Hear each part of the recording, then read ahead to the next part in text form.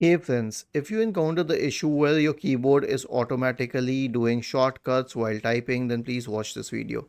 Now, the most obvious thing here is that some key might be pressed on your computer, or you may be using a Bluetooth keyboard where the Bluetooth keyboard is placed somewhere else and there's some object over it. So, isolate the hardware part first. Now, coming to the software one, just press the Windows key and the Alt key together. Windows plus Alt.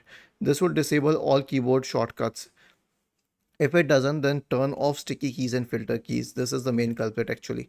Right click on the start button, select settings from the menu, go to the accessibility tab on the list on the left hand side.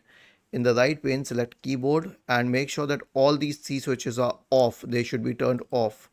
And lastly, reinstall keyboard drivers. So search for device manager in the Windows search bar and open device manager. Expand the list for keyboard drivers. Right click and update each driver automatically. Okay. Was this helpful? If yes, then please subscribe to the channel. If not, then let us know in the comment section of the video on how we could help you further. Thank you for watching this video and have a nice day.